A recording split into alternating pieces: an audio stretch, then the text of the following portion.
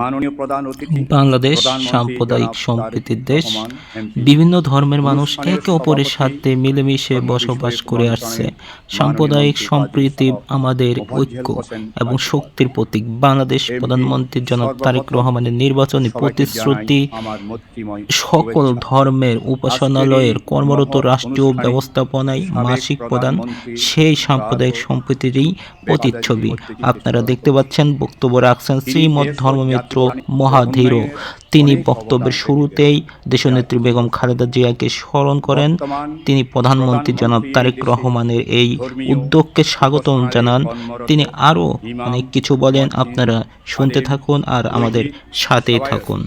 বিহারের উপাধ্যক্ষ সম্মানী ভাতা প্রদানের উদ্যোগ গ্রহণ করেছেন।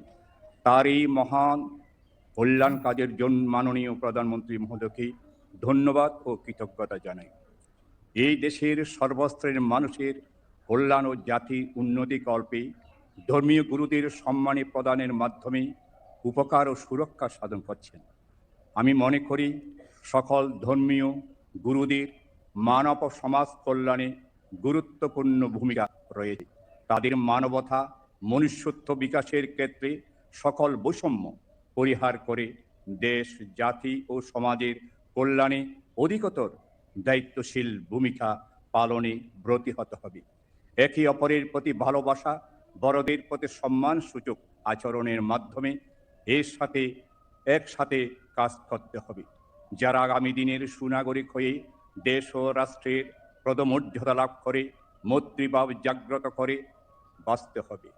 সকলকে লোভ, দেশ, মোহ, হিংসা ও অতিরিক্ত ছাওয়া পাওয়া পরিত্যাগ করে পরিমিত ও পরিশীলিত জীবনযাপনের অভ্যাস স্থলে দেশ ও সমাজের উভয়ের জন্য মঙ্গল হবে।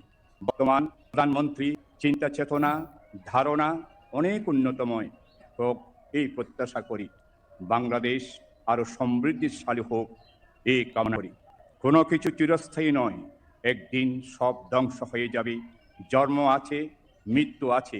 প্রত্যেক ধর্মগ্রন্থে ভালো উপদেশ বাক্য আছে, যা প্রতিপালন ও আচরণের মাধ্যমে সুফল পাওয়া যায়। সমস্ত পাপ ও চিন্তা থেকে বিরত থাকতে হবে। ভালো বা পুণ্যময় কাজ কায় মনোবাক্যে পালন বা অনুশীলন করলে সকলে শান্তি সুখে বসবাস করতে পারবে। মাননীয় প্রধানমন্ত্রীর সুস্বাস্থ্য দীর্ঘ নিরাময় জীবন কামনা করি। আজ এই মহান পুণ্য অনুষ্ঠানে উপস্থিত হতে পেরে নিজেকে ধন্য হলাম।